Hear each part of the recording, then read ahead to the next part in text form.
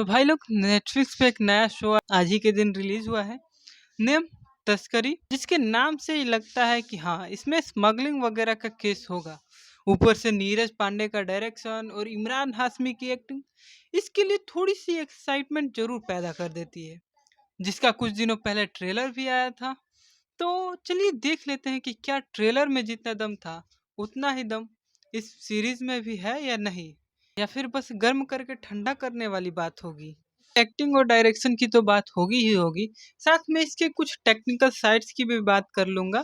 और लास्ट में ये भी बताऊंगा कि आपके लिए ये शो कैसा रहेगा, मतलब आप इसको बढ़िया कहोगे खराब, ये भी इसी में बता दूंगा। तो शुरू करते हैं तस्करी द स्मगलर्स वेब का द अल्टीमेट रिव्यू। तो सबसे पहले बात करेंगे इसकी स्टोरी और स्क्रीन प्ले के ऊपर, कि क्या इसमें सच में कोई नया माल है या फिर बस नए चमकीले पैकेट में वही पुराना माल हमको दे दिया गया है।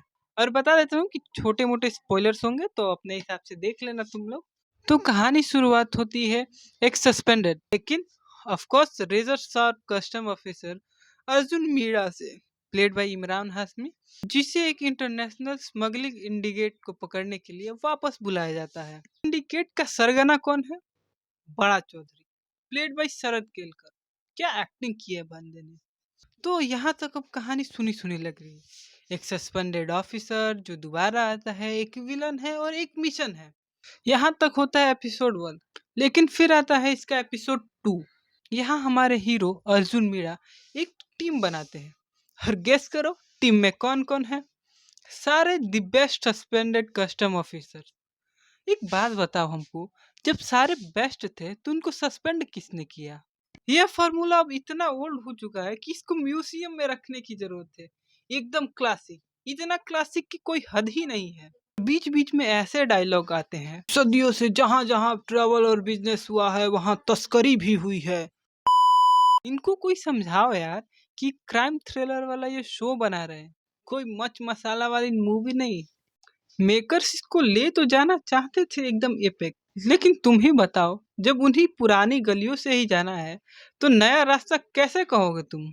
छोड़ो, ऐसे जो डायलॉग्स थे वो ज्यादा इम्पैक्ट नहीं डाल पाते हैं, बस ऐसे ही हवा में ही निकल जाते हैं। पता है एक शो के लिए सबसे बैड थिंग क्या होती है? कि आपकी कहानी जब प्रिडिक्टेबल होने लगे तो वो इंटरेस्टिंग से ज्यादा बोरिंग लगने लगती है। और एपिसोड 3 में जो होता है वो तो बता ही देता हूँ। तो एपिसोड 3 में एक फ्लाइट अटेंडेंट को गोल्ड स्मगल करते हुए पकड़ा जाता है, यहाँ तक ठीक। और नेक्स्ट सीन में ही क्या होता है, उसको एक अंडर कवर एजेंट बना दिया जाता है। मतलब एक सीन में स्मगलर और दूसरे सीन में स्पाई।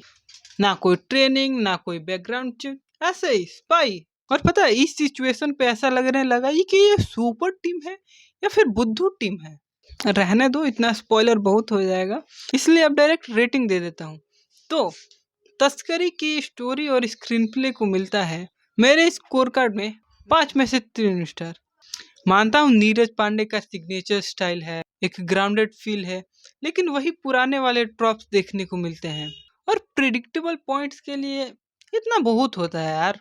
चलो कहानी तो ठंडी निकल गई, लेकिन अब देख लेते हैं क्या एक्टिंग और डायरेक्शन में कुछ दम था। और सच बताऊं तो इस शो की डूबती नैया को एक्टर्स ने ही बचाया है। इस शो की सबसे बड़ी विक्ट्री क्या है? इसकी एक्टिंग और इमरान हाशमी। भाई राघव ने एकदम सही बोला था, साला अक्खा बॉलीवुड एक तरफ, इमरान हाशमी एक तरफ। मतलब अर्जुन मीरा के रोल में क्या ही काम किया है, एकदम परफेक्ट। मतलब उनका रिस्ट्रेंट, काम और कैलकुलेटिव परफॉर्मेंस एकदम जबरदस्त। उनके सामने बड़ा चौधरी के रोल में शरद केलकर, भाई इस बंदे की आवाज ही काफी है सीन में आग लगाने के लिए। और इन दोनों के बीच में जो टकराव थी, जो फाइट थी, बस वही देखने लायक है। सिर्फ लीड ने ही नहीं बल्कि पूरी टीम ने बढ़िया काम किया है। अमृता खान विलकर का एक्शन अवतार काफी कन्विंसिंग है। नंदिश सिंधु अपने कैरेक्टर को भी बहुत बढ़िया से पोर्ट्रेट करते हैं। और वो जोया अफरोज फ्लाइट वाले सीन में अपने अंडर कवर रोल से सच में टेंशन क्रिएट कर दी बंदी ने।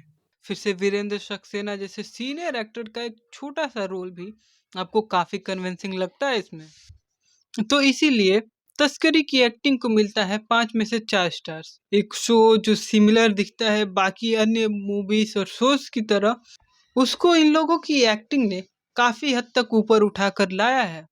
अब बात कर लेते हैं कुछ टेक्निकल पॉइंट्स की, जैसे डायरेक्शन, सिनेमाटोग्राफी और एडिटिंग, म्यूजिक वगैरह। देखिए, अगर आप नीरज पांडे के फैन हैं तो आपको उनका स्टाइल लगभग हर एक फ्रेम में ही दिखेगा।